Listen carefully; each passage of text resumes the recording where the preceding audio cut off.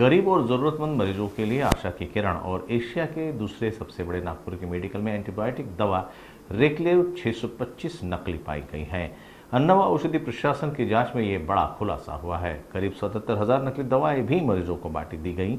मरीजों की जान के खिलवाड़ के इस मामले का जिम्मेदार कौन, ये बड़ा सवाल उठ रहा है। एफडीए ने हाल ही में जिला शल्य चिकित्सक नागपुर के अंतर्गत विभाग के दवा भंडार से नकली दवा का भंडाफोड़ किया है। जांच में पाया गया कि रेसिप 500 नामक दवा में सिप्रोफ्लोक्सासिन नामक कोई दवा नहीं थी, जो एक एंटीबायोटिक है। यह दवा गुजरात की रिफाइंड फार्मा नाम की कंपनी की है। यह बात सामने है कि यह कंपनी अस्तित्व में ही नहीं है।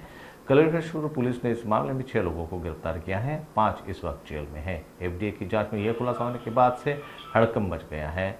नागपुर के शासकीय मेडिकल कॉलेज और अस्पताल के दवा स्टोर से एंटीबायोटिक दवा रेक्लेव 625 भी नकली पाई गई है। काल दिनांक 2/10/2024 रोजी ड्रग इन्स्पेक्टर श्री निलेश भांडारकर यांनी पोलीस स्टेशन अजनी येथे येऊन एक लेखी अर्ज दिला। लेखी अर्ज व त्याच्यासोबत काही तपासाचे कागदपत्र दिले। त्यांनी दिनांक 21/8/23 ला मेडिकल कॉलेज अँड हॉस्पिटल येथील औषधी विभागात एक तपासणी केली होती।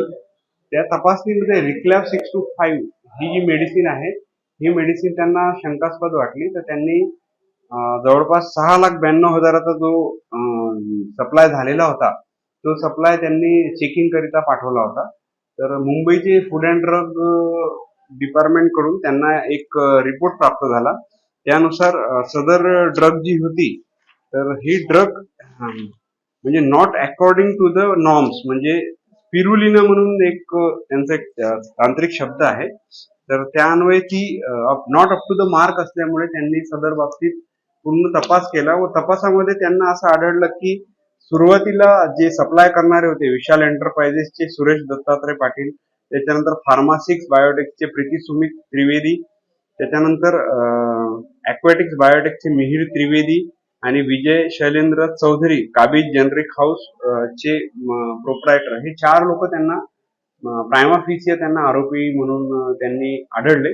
त्यांनी त्यांच्या विरुद्ध लेखी रिपोर्ट पोलीस स्टेशनला दिलेला आहे व त्या अनुषंगाने अपक्रमांक 534/24 कलम 420, 468, 471, 276, 34 प्रमाणे गुन्हा नोंद करण्यात आला।